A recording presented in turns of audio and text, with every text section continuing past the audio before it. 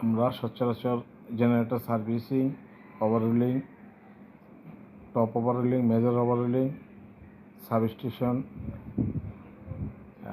সাবস্টেশনের সমস্ত কর্মকাণ্ড,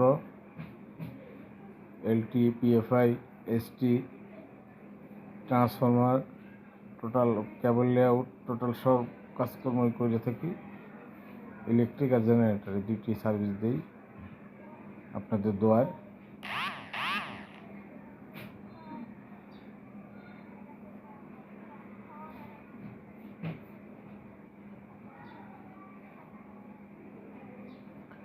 মোবিল ঢালার পায়তারা চলতেছে, গ্যালন যাতে হাওয়াটা